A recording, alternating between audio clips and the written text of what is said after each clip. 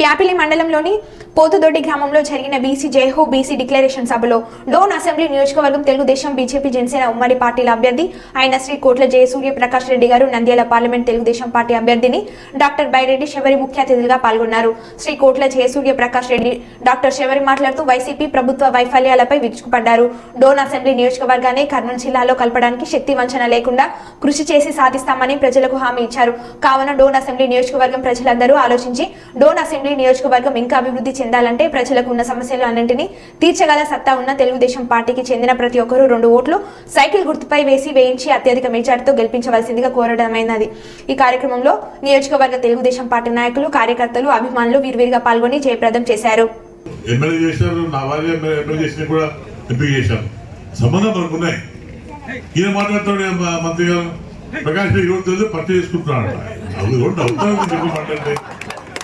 Political రాజకీయం ఉంటే మేము అంటే పార్లమెంట్ 70 వచ్చాము. మేము అంతా మా చిన్న సౌదరి గారు ప్రజాభివృద్ధికి సంతృప్తి ఉంటారు.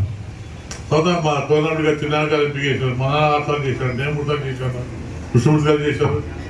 ఇన్నేళ్ళు మా సంబంధం పెట్టుకుని ప్రకారం కొత్తగా అందరూ పరిచేస్తుంటే దయాలు వేరే కథ ఉంటుంది.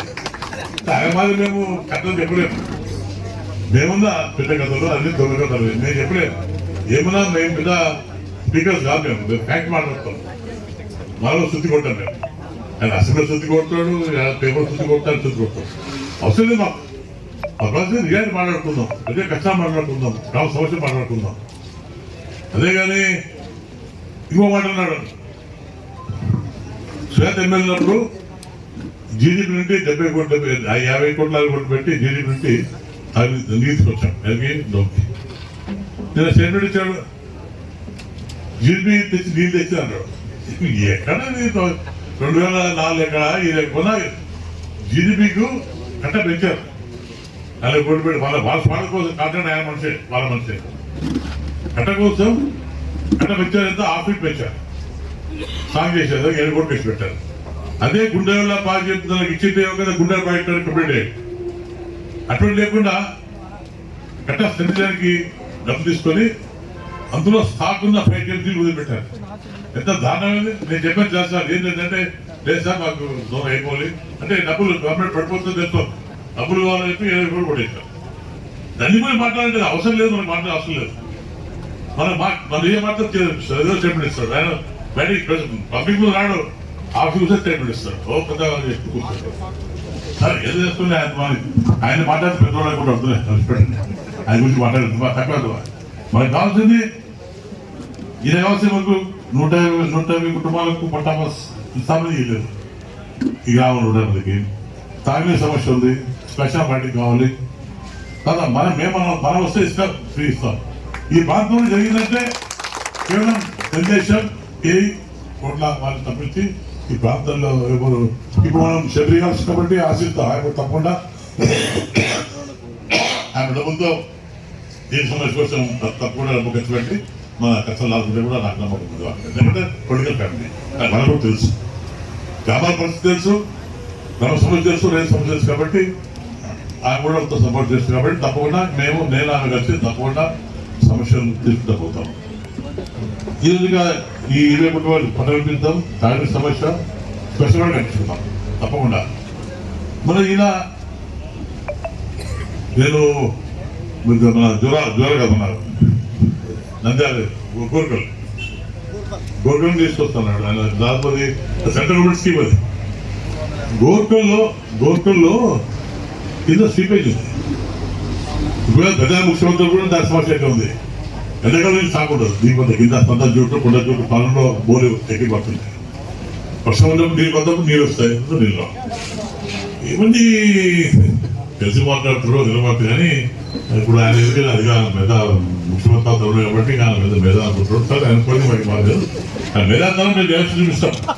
ఎలక్షన్ మేధాతనం ఉందా, నిధులు ఇచ్చాడా, లేదా ఊళ్ళు ఇచ్చాడా, లేదా దేశకాలు ఇచ్చాడా, అది కాదు కావాల్సింది. అక్కడ సమస్య ఇస్తారు. బీసీలకు కావాల్సిందా, బీసీలకు కావాల్సింది. ఈరోజు మేము ట్యాంక్ చేసాం, తెలుగుదేశం పార్టీ ట్యాంక్ చేసింది, రూరల్ టికెట్ ఇచ్చి కూర్చోడానికి ట్యాంక్ కదా అంట. సంఘంలో నేను ట్యాంక్ చేశాను మా బీసీల కోసం, మా రూరల్ కోసం చేశాను. అది ట్యాంక్ బాగా ట్యాంక్ ఉంటుంది. మేము ట్యాంక్ చేసాం, కుటుంబం ట్యాంక్ చేస్తే పార్టీ ట్యాంక్ చేస్తుంది. నేను గట్టి పడతా టికెట్ ఇచ్చేవాడు చంద్రబాబు నాయుడు కానీ పట్టలేదు నాకు కూడా సమానంగా బీసీ పైకి రావాలి, సంఘంలో పైకి రావాలి, అందరూ ఆడమో లేకుండా బీసీ కానీ ఎస్సీగా పైకి రావాలి. మధుగోపాల్ గారు కానివ్వండి, సిగమాన్ కానివ్వండి, మెత్తగా ఎంపీ చేస్తున్నారు. మా చుట్టుముట్టు ఎస్సీలు బీసీలు తప్పులు ఇచ్చి రెండు కక్కుంటారు. ఇది మాట్లాడతారు ప్రకాష్ రెడ్డి అంటుంటారు. ఇక్కడ అంటున్నారు అంతా నాచురల్ రెడ్డియా, రెడ్డా, మీరెడ్డా, రామయ్య పైకి వచ్చాడు.